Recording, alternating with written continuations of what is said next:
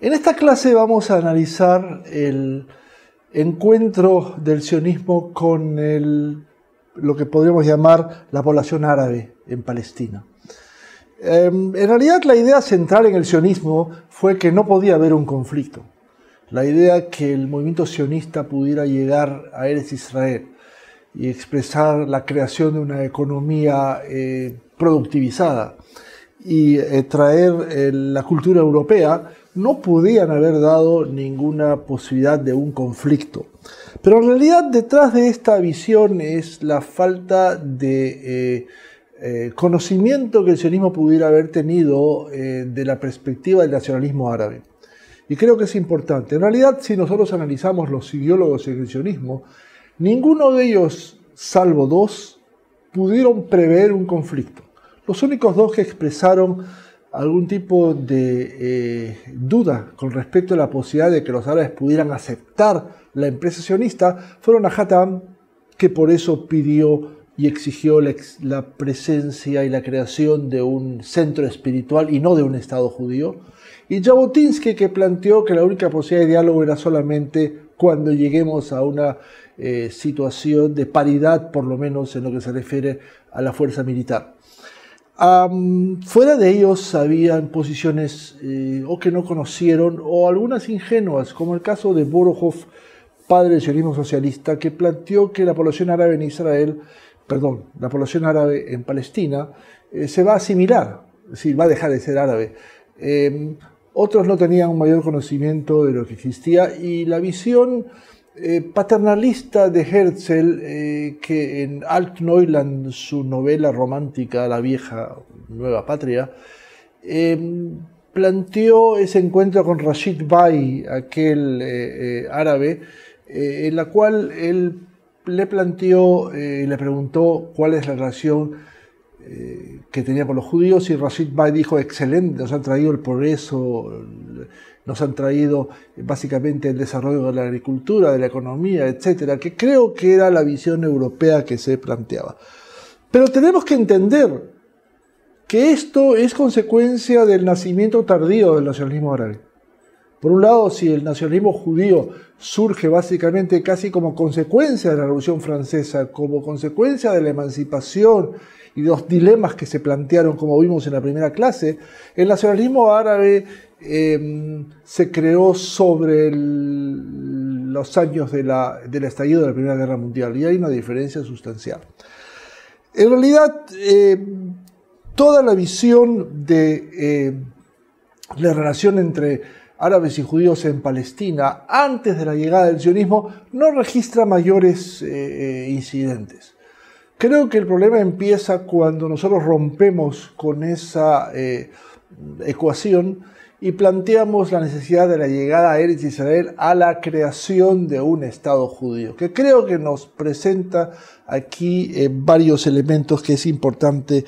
plantear. Tenemos que entender de que en el marco del enfrentamiento con la identidad nacional árabe y mucho después con la identidad nacional palestina, a pesar de este conflicto hubo intentos de acercamiento y de diálogo entre el nacionalismo árabe y el nacionalismo judío. Creo que el más importante es el que se dio en 1919 con las conversaciones entre Chaim Weizmann y Emil Faisal. Weizmann, dirigente máximo de la organización sionista y su representante, y Faisal, que venía representando a lo que se llamaba el reino de Hejaz, que era en ese momento el punto central más importante del nacionalismo árabe, o el creciente o del naciente nacionalismo árabe, establecieron la posibilidad de un diálogo que fue muy interesante, porque representó, por un lado, el reconocimiento de Faisal de la declaración Balfour, de la Aliyá, y del derecho de los judíos a tener su reconocimiento, su sentido de autodeterminación. Y por otro lado, el compromiso del movimiento sionista de ayudar a la creación del Estado árabe en lo que se refiere al a lo que pudiera llamarse tecnología, ayuda económica, etc. Eso implicaba también que Faisal reconocía la visión de la Aliyah, del crecimiento económico del Yishuv, y puso solamente un aspecto que fue incluido después con puño y letra. Es decir, escribió planteando en el último párrafo que este acuerdo pudiera llegar a conclusión solamente en la medida en que se reconocía las promesas que los ingleses habían hecho a los árabes de la creación de una gran nación árabe, prácticamente la vuelta al gran califato. Cosa que no se llegó a plantear y como tal entonces dejó de ser efectiva, pero significa un elemento muy importante. Creo que cuanto más pudo el sionismo expresar su derecho a autodeterminación, más aún se expresa la visión de discusión con el nacionalismo árabe. Yo creo que hay algunos puntos importantes en este conflicto que hay que determinar. En primer lugar, tenemos un aspecto religioso que no puede dejar de plantearse de lado. Desde el punto de vista del Islam, la definición y la categorización de los pueblos desde la época de Mahoma implicaba que existe una categoría en la que los judíos se expresan, que es los pueblos del libro, junto con los cristianos, que en realidad toma el nombre de Dhimmi, es decir, de la categoría de pueblos que tienen que ser protegidos por el Islam con una condición. Y es que están limitados en varios elementos y como tal no pueden tener las características de lo que tiene que tener el pueblo de la verdad o la religión verdadera que es el Islam. El paso del Yishuv judío anterior a la creación del Estado al posterior con la creación del Estado significó la ruptura de ese acuerdo, entre comillas, que pudiera plantearse entre los dhimmi y los gobernantes. Es decir, el pueblo judío deja de ser un pueblo protegido para convertirse en un pueblo de igual, que contradice totalmente la filosofía islámica con respecto a esta visión. En realidad hay que entender que ha habido excepciones. La firma del Tratado de Paz con Sadat y con Hussein expresaron una visión de tolerancia más que aceptación, que de alguna manera está basada en una flexibilización que se puede dar, pero que de alguna manera no se ha dado en otros marcos, quizás porque contradice una concepción ideológica religiosa sumamente importante en esta perspectiva.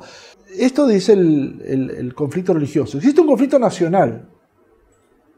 no menos importante, que es el encuentro entre el movimiento nacional judío, que es producto de la emancipación europea y del proceso de modernización, en la cual el sionismo plantea fundamentalmente una opción concreta de identidad nacional y la imposibilidad de adaptarse a algún nacionalismo europeo.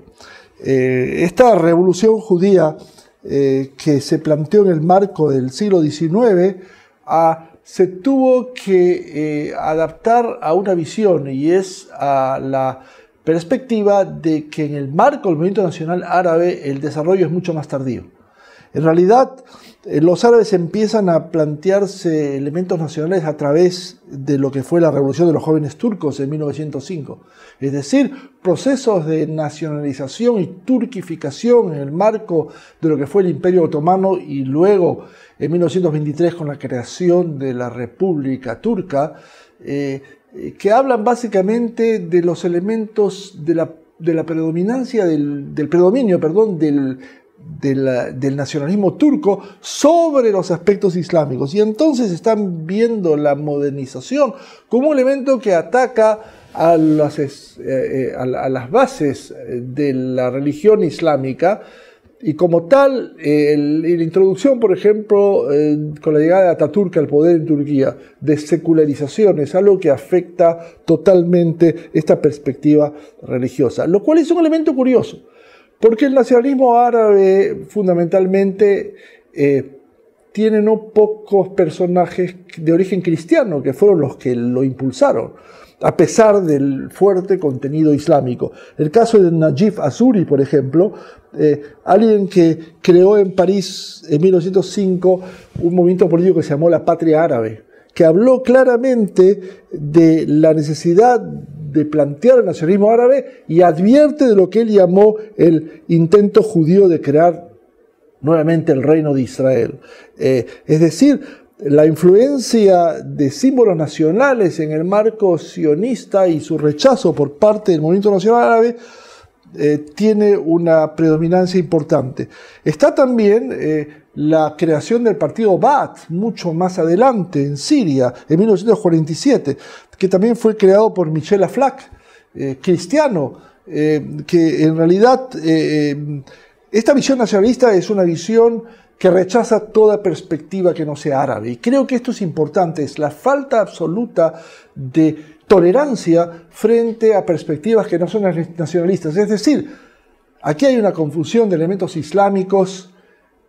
y de elementos nacionales, y no siempre se puede distinguir entre estas dos corrientes. En el caso, más adelante, en el caso de la Entidad Nacional Palestina, por ejemplo, podemos encontrar a alguien como George Habash, de origen cristiano, y que a pesar de todo tiene una visión tremendamente radical, antisionista y anti toda manifestación de nacionalismo judío. Pero si queremos seguir dando ejemplos, podemos entender, por ejemplo, la aparición del nacerismo o el panarabismo, que es una visión laica, que en su manifestación moderna se da en Egipto con la llegada de Nasser al poder en 1952, pero en realidad en 1954, cuando asume la jefatura del gobierno egipcio, y su planteo totalmente secular excluye toda posibilidad de diálogo con el marco sionista, al cual lo considera totalmente ilegal. Él dijo que Israel es una especie de puñal clavado en el corazón del mundo árabe, y entonces, en definitiva, es su perspectiva, y es la perspectiva de cuál nacionalismo árabe ve la aparición del nacionalismo judío dentro de esta visión. Hay que entender que detrás de eso está la profunda visión antieuropea. Es decir, acá hay una contradicción. Por un lado, para el sionismo, la modernización fue un elemento importante que le permitió desarrollar una identidad judía moderna, pero para el nacionalismo árabe, esta modernización era una amenaza a los principios concretos del Islam, inclusive del Islam político. Y creo que esto hay que entender en el marco de lo que se va a plantear como elemento determinante en el enfrentamiento a los movimientos nacionales. Si queremos llevarlo eso a la aparición primaria del nacionalismo palestino en la élite palestina, hacia la creación del Congreso Árabe Palestino en Haifa en 1920, que en realidad es un reflejo de un nacionalismo local, genera una tremenda oposición al gobierno británico, pero fundamentalmente un rechazo absoluto de la Declaración Balfour. De manera que la visión de la antítesis y de la oposición a todo el ideario del movimiento sionista está reflejado en todos esos estratos. Hay que entender de que otros elementos agravantes desde el punto de vista árabe a esta concepción son tres elementos que trajo el sionismo y que son reflejantes de su visión. Primero, el trabajo hebreo, que exigió que el sionismo en su llegada a Israel utilizara o planteara la necesidad de transformar al judío de las actividades no productivas a los que el no judío lo destinaba, a las actividades productivas, especialmente en campos en que no habían tenido mucha acción en Europa, por ejemplo el caso de la agricultura, la creación de un marco agrícola que lo ponía en una disputa o conflicto con la población árabe local. La agricultura colectiva, que hay que entender que hay detrás de eso un elemento ideológico. Los judíos venían impugnados, sobre todo en la segunda aliyá y segunda y tercera aliyá, de elementos socialistas claramente que estaban en una perspectiva de contradicción con un mundo feudal en el cual se establecía básicamente marcos de jerarquías que las revoluciones europeas intentaron cambiar y que el sionismo adoptó como tal. Y creo que esta influencia del socialismo, en la esencia del sionismo en sus primeras manifestaciones, creó también un punto de conflicto, como vamos a ver más adelante. El tercer elemento, que es muy importante, es la disputa sobre la propiedad de la tierra, que creo que debemos analizarlo con mucho cuidado porque es un elemento central en esta perspectiva. El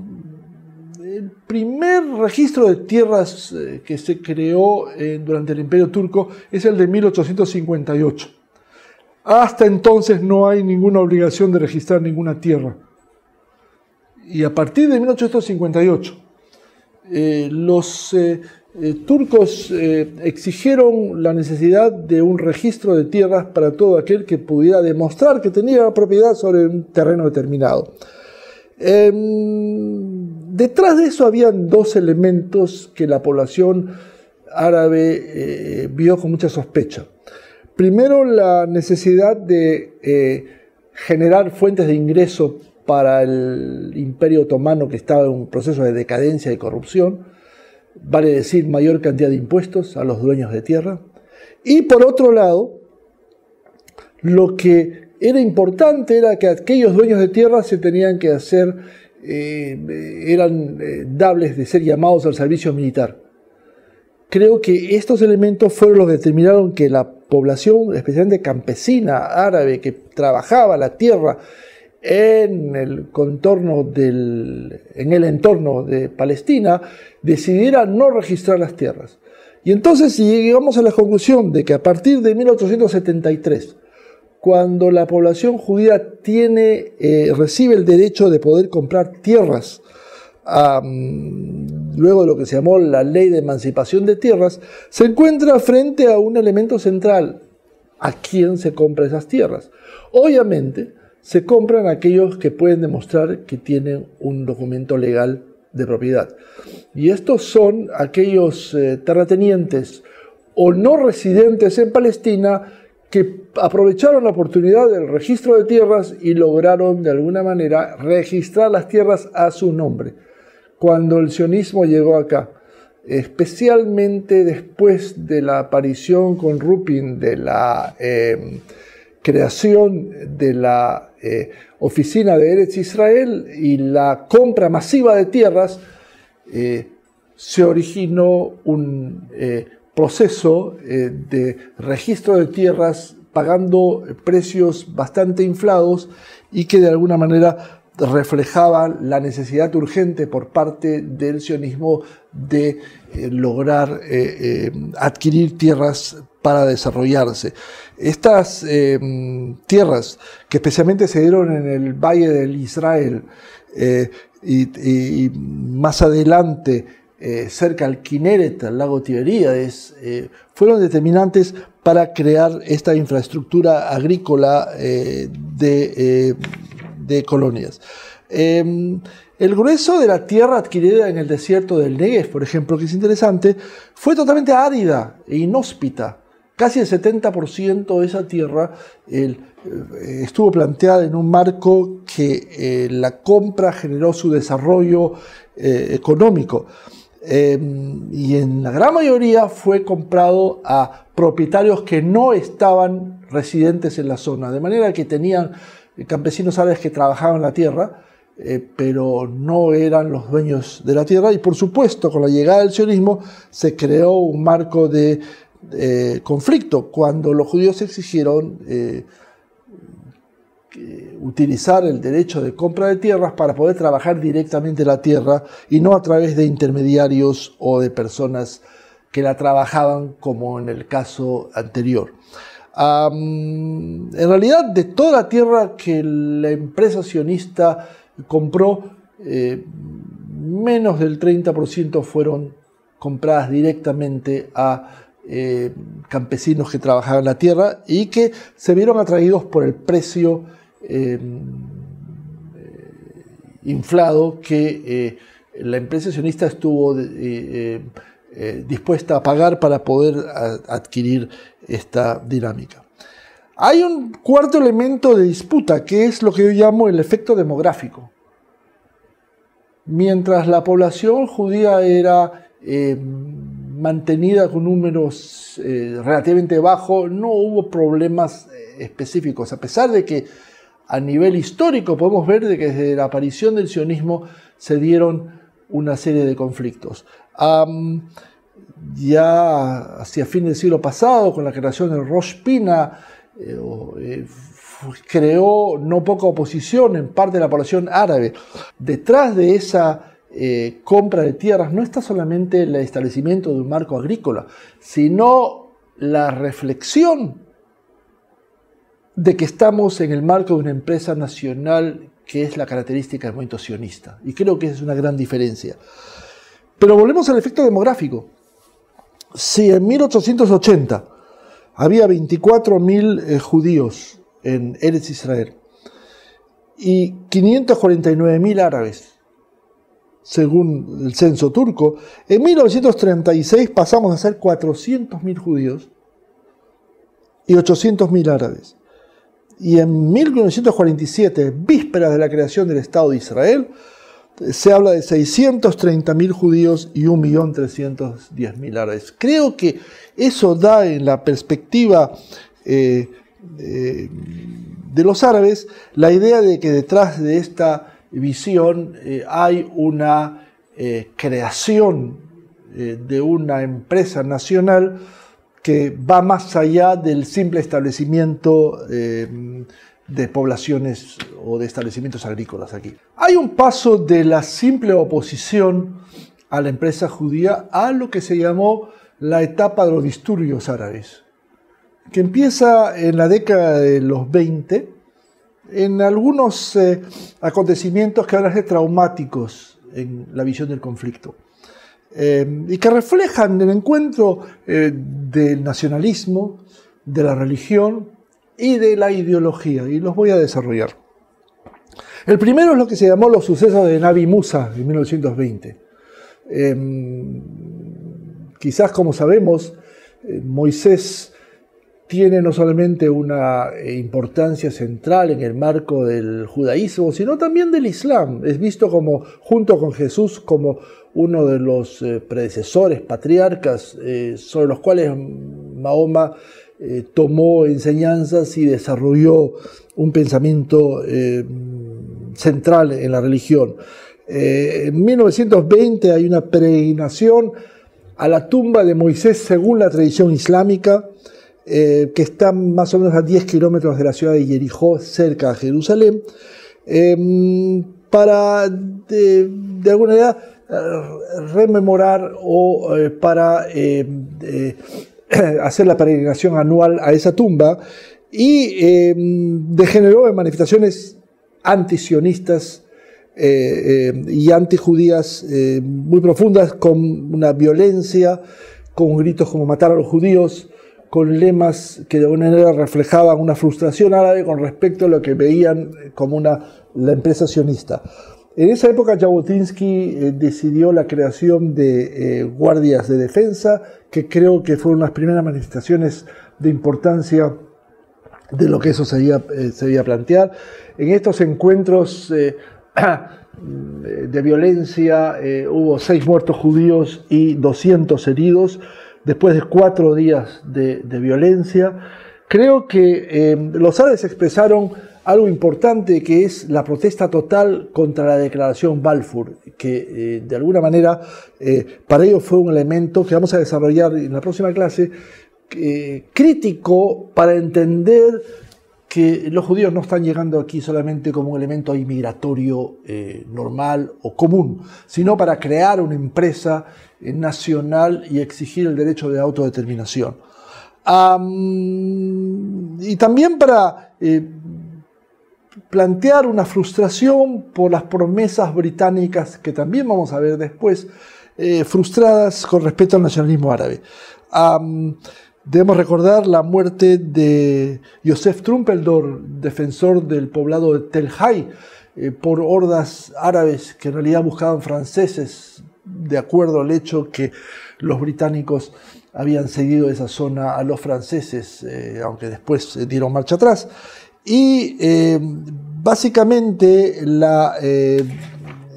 importancia de la aparición de un personaje siniestro en la perspectiva que no lo hemos visto hasta ahora, y que es importante y que aparece aquí, a Jamin el-Husseini, el mufti de Jerusalén, que ya en 1920, a pesar que llegó al poder en 1921, fue un elemento de instigación en las masas árabes. Y en eso hay una conjunción de una visión antisemita profundamente nacionalista y también antiliberal, como lo vamos a ver después. A Jamin el-Husseini, o a Jamin el-Husseini, se convirtió en presidente del Consejo Musulmán Superior, en realidad un término que los ingleses crearon para tener algún tipo de referencia política tal como tenían frente a los judíos. Este consejo musulmán es el que de alguna manera representaba aparentemente a la población árabe en su conversación frente a los ingleses. Y estos sucesos de Nabi Musa crearon una preocupación muy grande en la empresa judía, sabiendo que detrás de esta visión con el mundo árabe está no solamente una oposición aislada, sino una total negación de todo el derecho que pueda tener el pueblo judío de crear aquí un marco nacional. El segundo acto de violencia, que es más complejo, es lo que se llamó la violencia de 1921, que tiene un marco ideológico interesante que no se dio antes. Fue dado en una manifestación judía precisamente el 1 de mayo, por el PKP, el Partido Comunista de Palestina, que es uno de los antecesores de lo que fue el Partido Comunista Israelí, creado, lo que es el Partido Comunista Israelí, y que salió con una proclama de la necesidad de terminar con el mandato británico y crear una república soviética. Vale decir, la influencia de la Revolución Rusa en esa perspectiva. Esto creó un marco de manifestaciones árabes anti-judías, pero que también se reflejó en otra manifestación que tuvieron otros movimientos de izquierda sionista que no precisamente hablaban de la creación de una manifestación, que no necesariamente hablaban de la necesidad de la creación de ninguna república soviética, sino fundamentalmente de la expresión, de la celebración de lo que, desde el punto de vista doctrinario, se planteaba el derecho de huelga el 1 de mayo con todo su bagaje ideológico. Aquí está reflejado un elemento importante. No solamente el rechazo a la visión nacional judía, sino también el rechazo a toda influencia del movimiento socialista en el sionismo. Es decir, la sociedad árabe vio en la aparición de la visión judía sionista no solamente la llegada a Eretz y la creación en Eretz Israel de un marco nacional, sino de un marco nacional socialista como tal, es decir, de un marco en el cual el socialismo hubiera sido aquella ideología que venía a romper las estructuras de la visión feudal árabe, y que eso es algo que debemos tomar en consideración porque es tremendamente importante, y lo podemos ver en la diferencia de estructuras entre el movimiento nacional judío, que creó partidos políticos democráticos en todas sus perspectivas, desde el bagaje de la izquierda a la derecha, y fundamentalmente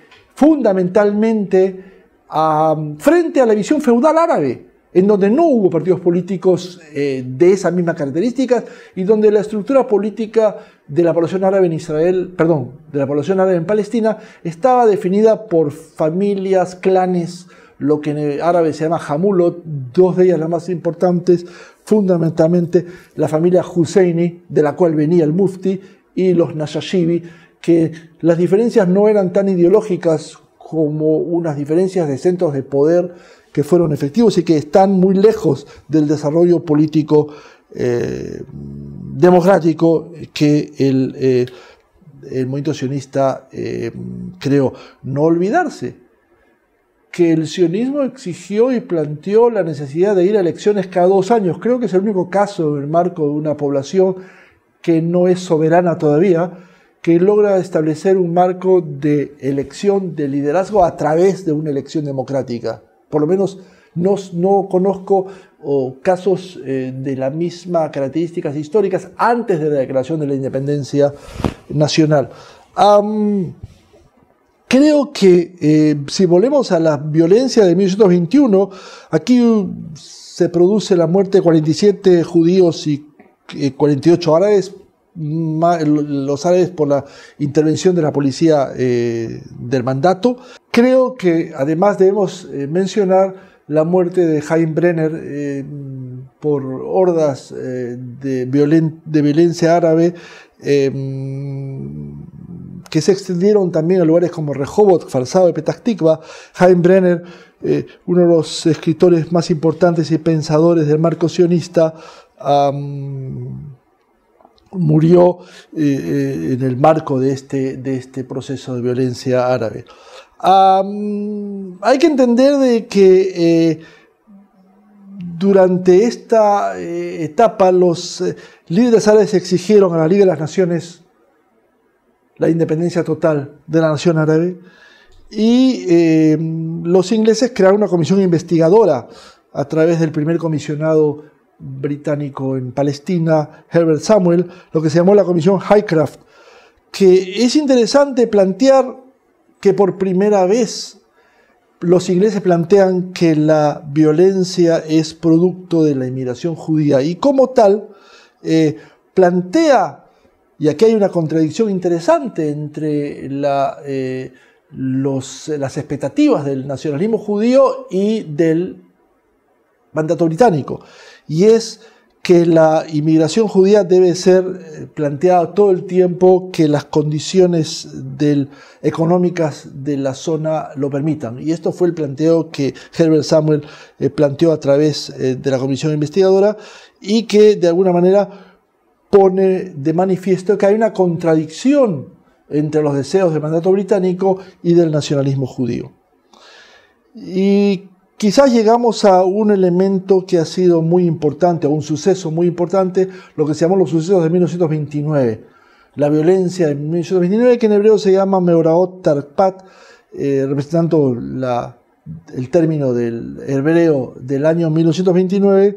en donde se genera una disputa sobre la propiedad del Muro de los Lamentos. Como sabemos, el Muro de los Lamentos es la última muralla que quedó del segundo templo judío y que sigue siendo un marco de peregrinación para la tradición judía, pero también tiene una significación en el marco islámico porque es el lugar donde aparentemente el caballo de Mahoma se apoyó antes de subir al cielo, y eso creó un marco de disputa central que en 1929 se extendió a ataques árabes a la población judía, sobre todo en Hebrón. A partir de ese momento y hasta años después, hasta el 1931, no hubo presencia judía en Hebrón. 133 judíos fueron muertos, hubo evacuación, etc. Y creo que lo más importante es la conclusión inglesa a través de la Comisión Shaw, que planteó que la violencia árabe es producto de un miedo a la inmigración judía. Y esto es determinante porque en 1936 se va a plantear lo que llamó la revuelta árabe, que es un elemento de rebelión con una fuerte protesta de la compra de tierras que los judíos hacían. Aquí, como en 1929, es importante la acción de liderazgo que el mufti de Jerusalén planteó. Una visión que exigió el mufti en 1936 generar una gran revuelta árabe que se definió en la gran huelga árabe. Sí, había un pensamiento errado, a mi manera de ver, por parte del mufti de la población árabe que planteó que si se genera una huelga general, se va a estrangular al Yishuv judío. Y en realidad sucedió exactamente lo inverso. Desde el punto de vista de la violencia que generó. La destrucción, se dice que hubo una destrucción de 30.000 árboles plantados por judíos en Palestina o en Eretz Israel. El establecimiento de, la utilización de bombas disparadas a buses judíos en Haifa. Esta estrangulación económica del Yishuv no se realizó. Esta estrangulación económica del Yishuv no se produjo porque generó en el Yishuv judío la necesidad de crear sus propias fuentes de manutención. Y creo que desarrolló dialécticamente la empresa judía en su mayor perspectiva. Esta huelga que empezó en Nablus y que el Mufti agregó la prohibición de la transferencia de tierras a los judíos y que exigió no pagar impuestos al mandato británico, terminó rápidamente a los pocos meses, porque la economía árabe no podía mantener una situación así, pero tuvo un elemento interesante a nivel político, y es la aparición de un informe del despacho de una comisión, lo que se llamó la Comisión Peel, y que va a plantear como consecuencia de la huelga del 36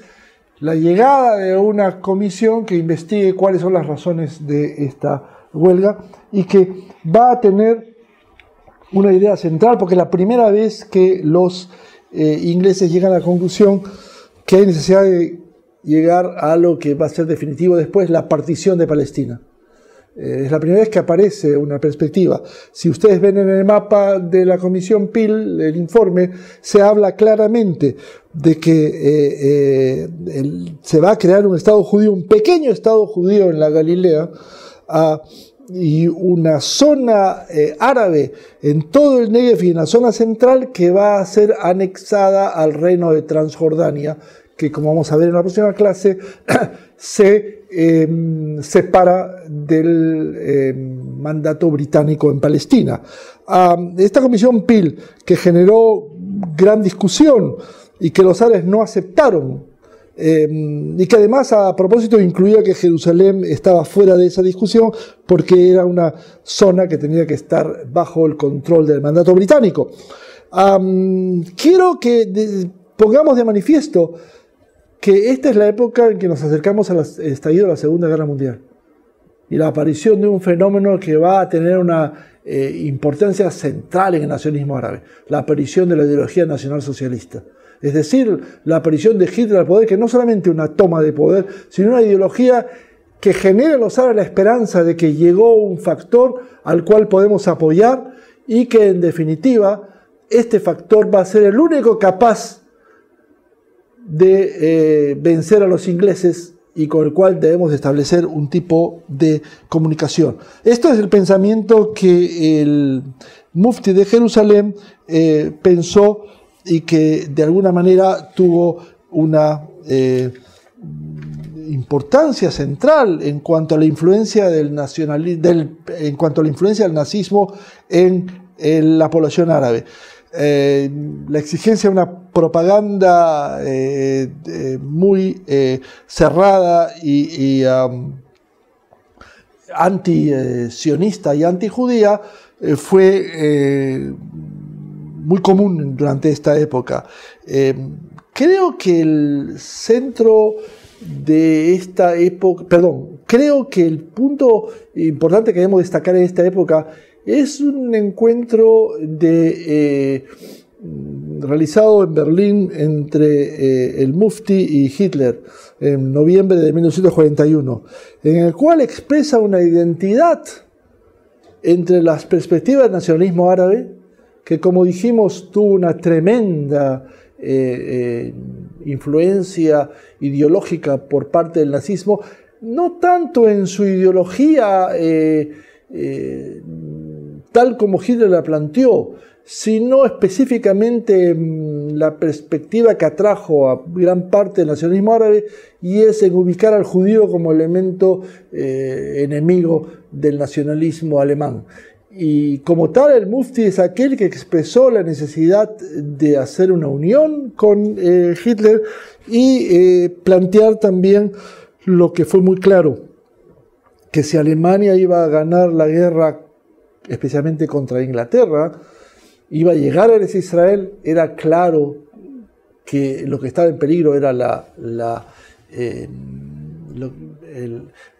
empresa sionista, y creo que si no se podía hacer por propio esfuerzo, Hitler se iba a encargar de esta perspectiva. El Mufti no recibió una promesa muy clara de la acción alemana, salvo únicamente una comunión de intereses con respecto a que la empresa judía y sionista era elemento enemigo no solamente del nacionalismo alemán, sino también básicamente del nacionalismo árabe. La acción política del Mufti lo llevó también al encuentro con Mussolini, el líder fascista, en el cual pidió básicamente el apoyo por parte de Mussolini a la empresa nacional árabe, prometiendo una unidad árabe total a los países del eje en su lucha frente a las potencias enemigas, tal como ellos habían planteado. Yo creo que en el Yishuv judío una tremenda preocupación, primero por el avance de las tropas de Rommel, de general Rommel, que se acercaban a Eretz Israel, y que era claro cuál pudiera ser el destino del Yishuv judío si es que esta situación llegara a ser concretada. La creación del Palmaj, esa fuerza de choque, de comando, que creó la Haganá para defender al Yishuv, y esa fue su razón de ser, para defender al Yishuv de la probable invasión alemana, básicamente creó en el Yishuv judío la necesidad de buscar una alternativa, y creo que por lo menos una acción. Esta acción estuvo definida en un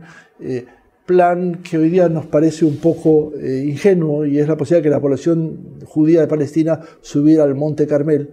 y pudiera de ahí defenderse frente a la posible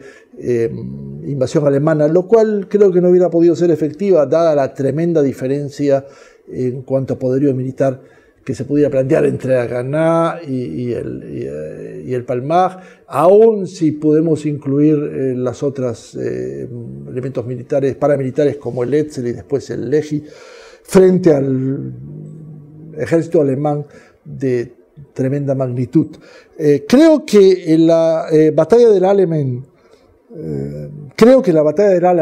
en 1942, en el cual el general Montgomery venció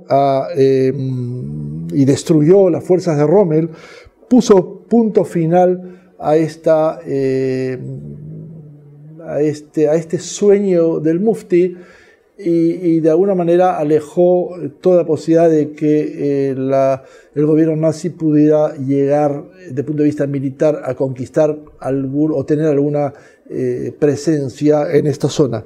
Esta frustración se expresó en el hecho que el Mufti se exiló más adelante en 1945 en Egipto, y ahí vivió hasta el final de sus días en 1974. Pero creo que dentro de esta perspectiva hemos desarrollado los puntos centrales del conflicto entre el sionismo y el movimiento nacional árabe. Quiero destacar algo muy importante, y es que en este encuentro entre el nacionalismo árabe y el nacionalismo judío no han escuchado ustedes ninguna referencia al nacionalismo palestino, que es una etapa muy posterior y que en este momento todavía no aparece. La visión árabe como tal, que tiene varias ramificaciones o distinciones, se expresa entre dos grandes posiciones. Entre las posiciones del nacionalismo local de cada uno de los territorios árabes que después se convierten en Estado, en Estados, y la visión panarábica que habla de una sola nación árabe. Importante plantear que en ninguno de los dos casos se contempla la posibilidad de convivencia con la empresa sionista. Y esto es importante de definir dentro de esta perspectiva. En la próxima clase vamos a ver la acción del mandato británico desde su aparición hasta los libros blancos.